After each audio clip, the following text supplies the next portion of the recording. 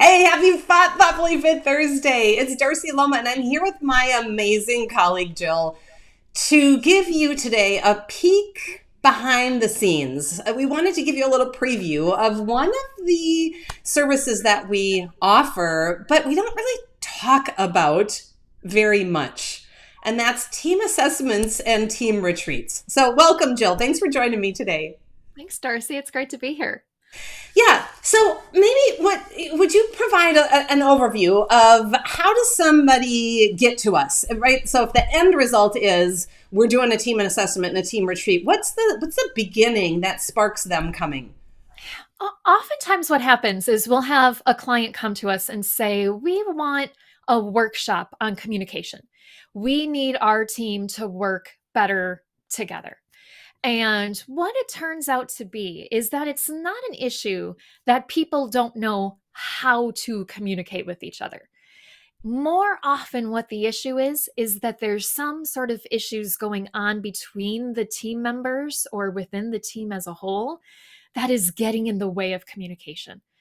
And so that's one of the things that we explore then with the client of is this a thing that people need to be taught something, or are there issues that need to be looked at? And so that typically is how we get to a team retreat. The other thing that I'll say is sometimes as new teams are forming, a lot of times clients will come to us and say, okay, we have this new team that's coming together, we have some new people coming on, and we want to make sure we're taking a really intentional approach. So how is it that maybe this team's been together for 6 months or a year now, they've gotten past the okay, like, let's just survive. What are we trying to do with our time? And instead, really get focused on how is it that we want to work together. Yeah, and I'll build on what you're saying that sometimes, not even sometimes, most of the time, the presenting problem is not the real problem. So for that first example, when somebody reaches out, whether it's a CEO or a principal or a HR director and says, can you come in and do a workshop on communication? We want to make sure that everybody knows how to communicate effectively. That's not even the real problem, as you said. The presenting problem is that. And so what we end up doing is having a conversation around, like, share a little bit more. Like, what does success look like? What are the results that you want? And when they say inevitably some version of, we would like this team and the members of this team to be able to challenge each other, to be able to respectfully disagree, instead of just maybe playing it safe in meetings, not sharing, and then afterwards having those, post-meeting meetings. Like, I don't know why Jill said that. I don't think we should do that. And being able to create an environment where there is real synergy. And so when we learn what they want, then we can start to uncover what's getting in the way of that. And one of the directions that we end up going is in a team assessment retreat. And yeah, go ahead, jump in. I was just going to say, and I think what you're saying, Darcy, is so typical for many of the clients we work with. And so I'll say, have we had our fair share of teams that, like, it feels toxic and ugly and right, like there are just issues that are there? Absolutely. But more often than not, it's what you're saying in terms of everybody's nice, everybody's kind, they're not talking to each other. There's the post-meeting meeting, and it's creating this sort of under the surface rumbling, if you will, that people are spending more time thinking about, well, I wonder why she said that. And I wonder why he's not, just saying this directly. And that's time not being spent on what their teams do best. It's times being spent on this undercurrent as opposed to the work that people want to be doing. And that's one of the most challenging things I find, the return on investment of taking time as a team to design your alliance and to uncover these issues and to figure out how do we create a culture where all the voices can be heard. The return on investment is huge.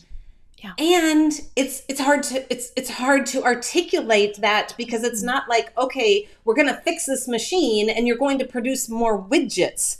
But Right. inevitably, because the team can focus more on the mission and be strategic and have real conversations and challenge each other, the results are exponential.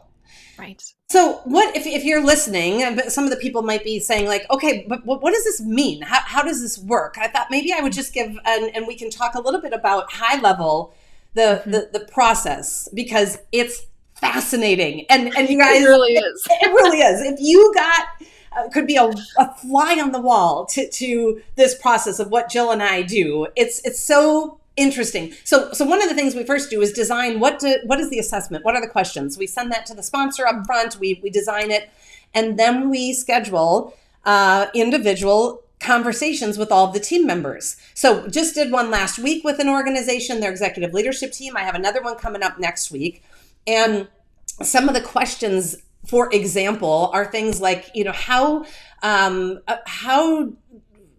would you describe your role on this team? So just really understanding the different dynamics and the players. What are the strengths of this team? What are some of the obstacles to this team being most effective? What are your biggest hopes and greatest fears for this team? What do you think is the main purpose of this team? And that one, I think, is the one that's most interesting. When you ask a team, what is the main purpose of this team? And so often people are like, well, obviously it's this. But when you have 10 people on a team, sometimes, again, every team is different. That's one of the things that makes this type of service interesting for Darcy and I, because every team is so different. But more often than not, what happens is everybody has a different idea of what the purpose of the team is. Of course, there's conflict. Of course, there's sort of like, why are you doing it that way? Because people have this different understanding of even just what the purpose of the team is. And even more fascinating is they don't know what they don't know. So this process is about making the invisible visible. So there's different views of what is the purpose of our team, but nobody knows that other people have a different view of the purpose. You just assume that, well, this is my view. Everybody has the same view. And that's where we share this fun parable of the elephant. And it goes way back. I think it started in the Buddhist tradition, but there's different versions of it. But essentially, there's these 6 blind men who are around an elephant, and they're describing what they are experiencing.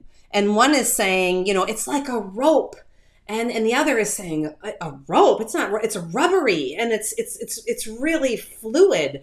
And the other is saying, are you kidding? It's really hard, and it's cold, and of course, every person is describing their view of the elephant, whether they're at the tail or the ear or the tusk, and their view is right partially.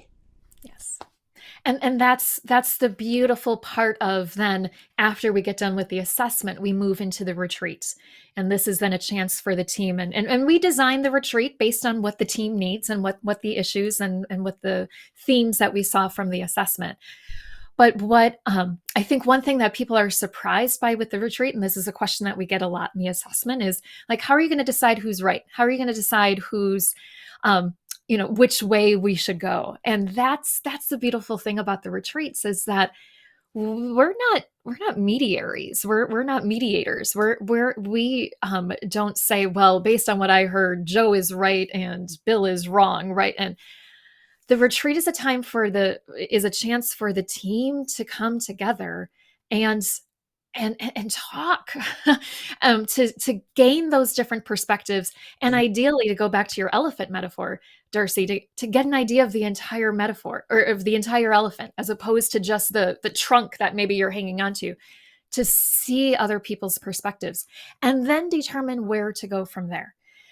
Because again, it's not a matter of convincing somebody else is right. If they're hanging on to the tail and you're hanging on to the trunk, you're both right. And there's that value in seeing that entire perspective of determining then how to move forward. And that's what's fun, I think, about what we get to do as an external consultant and facilitator, is create a really safe space. In that, oftentimes it's a day retreat. Sometimes it's a 2-day retreat. Now that we are, well, I was going to say on the other end of COVID, but I don't know. I don't think we'll ever be on the other end of COVID. We are doing them back in person. We still also do remote virtual retreats with teams. And our goal is to design an agenda and to create a safe environment for those different perspectives to be shared and for there to be a systems view and new awareness about all your colleagues. Like, oh my God, you see it that way? Oh, that is interesting. I see it differently. Mm-hmm. And then to forward the action. So based on this, what do you want to do? How do you want to deal with the fact that you have different perspectives, which is cool because the highest performing teams have different perspectives and diversity. And so it's not a negative or something to fix, to have everybody see the elephant, that part, the same way. It's about saying, okay, what is the systems view and how do we want to design our team alliance and our goals to intentionally move forward? Yes. And just to go back to where we started from, the difference between that sort of experience of really getting specific, how do we want to work together? Recognizing we have these different perspectives. How do we want to move forward? What will success look like for this team moving forward? It is so much more powerful for teams than a 1-hour workshop on communication that doesn't get tailored. Don't get me wrong. There's value in having that 1-hour workshop when there's something to be taught and something to be learned. But for those teams that are really trying to figure out how do we work better together, it's an incredibly powerful experience. And so fun. And so much fun. Indeed. Well, I have a feeling, I don't have a feeling, I know we could go on and on and on and on and talk about this for the next 3 hours. But I hope that it's valuable. And if you're watching or listening and you're intrigued and you want to know, like, wait, you missed so much, which we're skipping over a lot, reach out, call us, email, text, and say, hey, tell me more. Because we love what we do. And this was just one little peek behind the curtains on one of the service items that we provide. Thank you so much, Jill, for being an amazing partner and teammate in this process. It's so fun working with you. Ditto, my friends. Cool. Thank you, everybody, for joining us. Happy Thoughtfully Fit Thursday. We'll see you next time. Take care.